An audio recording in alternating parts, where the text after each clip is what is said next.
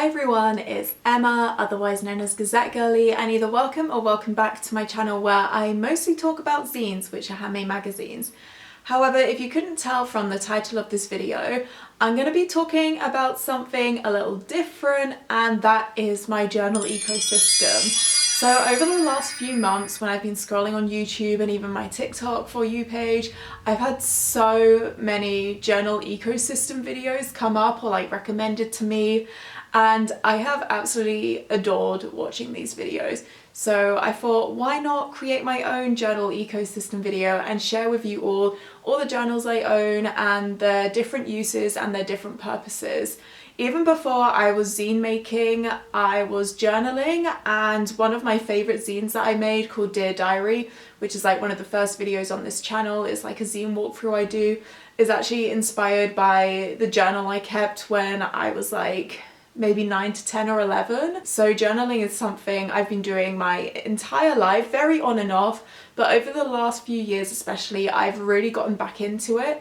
And I also feel like junk journaling is really where I found my collage style that I use so much in my zine practice today as well. And yeah, I just thought it'd be fun to share with you all the journals I use. So let's get into it. So since 2023 and up until this day, I've always kind of kept like a basic diary style journal. And yeah, this one has a load of tea stains on it because I am very good at spilling tea everywhere.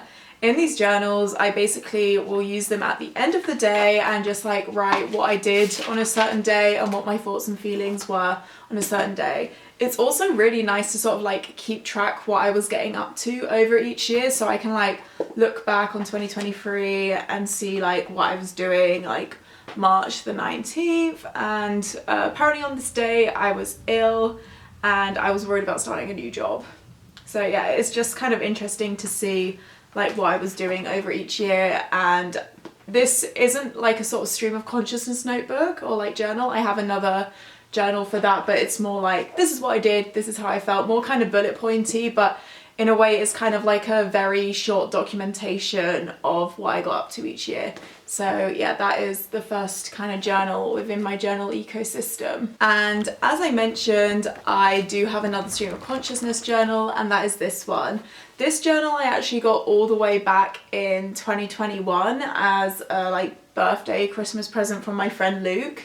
And it's actually funny because I love leopard print, I love animal print. I had this exact same journal a few years before. I don't know where that one's gone, but I did finish it, and I also used it as a stream of consciousness journal as well, where I just kind of write like my thoughts and feelings down. I kind of basically do my morning pages in this, but I've decided like as long as I write 3 pages every day, it doesn't have to be the first thing I do when I wake up if I'm really not feeling it, so I have a bit more freedom when I write in this.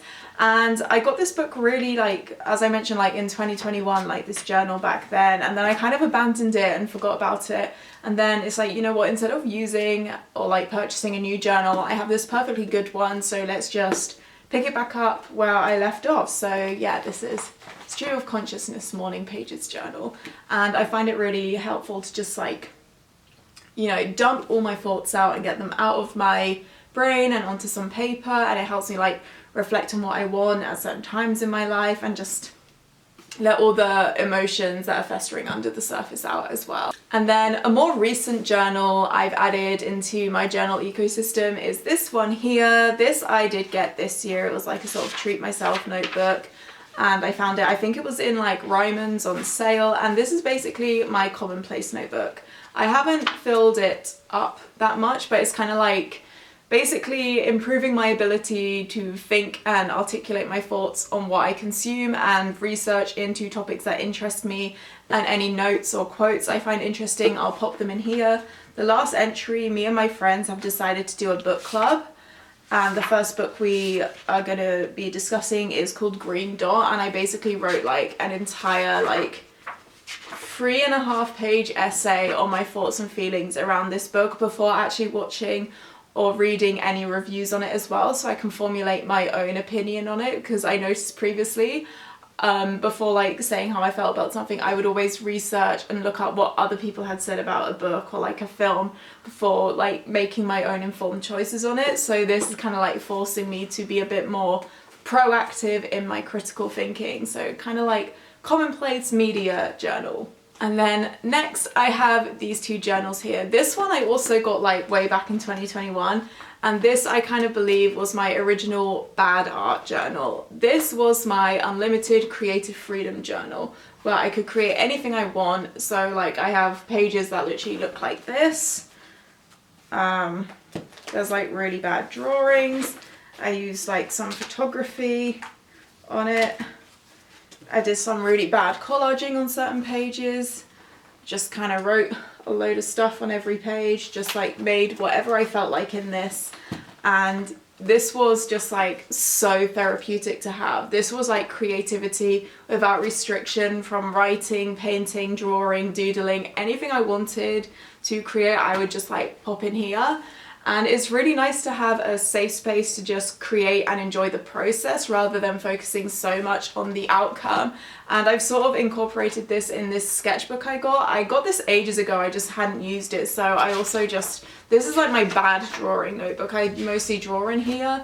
It's got like sketches and doodles, and none of it's very good, if I'm honest. I'm not like the best at drawing, but having this space to just like allow myself to draw and not really care and just have fun with it, again, very therapeutic. So I would really recommend having like sort of like a bad art journal within your journal ecosystem, just to like allow yourself to create again. You know, I feel like we live in a world where it's like always like, why am I creating this? Who am I creating this for? I feel like that's something I'm still unlearning to this day, and just having a place to create for the sake of creating has been a game changer.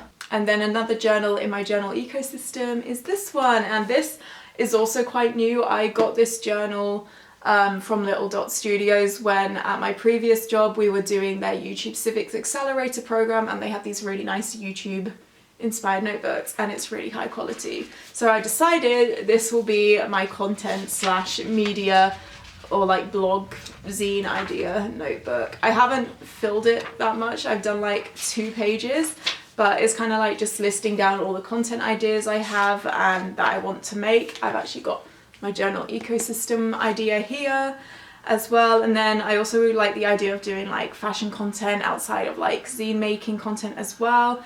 And I thought it'd be really fun, like some ideas in here are like dressing up inspired by my zines and creating like a lookbook inspired by different zines I've made. So yeah, this is just like my content inspiration and creation journal. And then the last 2 journals within my journal ecosystem are these 2 here, and these are like my junk, scrap, travel, collage journals. I kind of use these for anything. This one I got from my previous colleague and previous line manager. She went to India and like got me this really beautiful notebook as a present, and I ended up just like creating this collage in it. And then I just kept collaging, I kept going. I stuck Polaroids in here, like postcards from travels. There's like old film rolls. And yeah, this was kind of like what I was doing before I even started zine making. Like I have loads of like travel tickets from when I went to Nice earlier this year. And this is where I really found my collaging style and felt a lot more confident in my ability to collage. This journal, me and my friend Selena, she got us like tickets to this ASOS event. They also have these really nice journals, and I was like, you know what, it'd be nicer to have a slightly bigger junk like scrapbook travel journal. So I like didn't have to cut out these postcards to fit them in the smaller junk journal. And yeah, again, I really love collaging, and it's kind of nice to have like more space. I also did like a little travel page from when I went to Nice. Not my favorite page, but it was still fun to make. And I find collaging so therapeutic, and I absolutely adore junk journaling too. So all these journals like are very important to me in terms of like processing emotions, like documentation, and just allowing myself like unlimited creative freedom and encouraging myself to actually make bad art. And as I mentioned, just creating for the sake of it. And I also feel like a lot of these, like what I write and what I create in these journals has been like a big inspiration for my zine making as well. And zine making is almost me journaling in like another kind of format, but having more sort of like precise ideas and more like niche topics that I want to create something about in just like that more like magazine format. So yeah, that is my journal ecosystem, and thank you so much for watching this video, and I hope you have a magical day.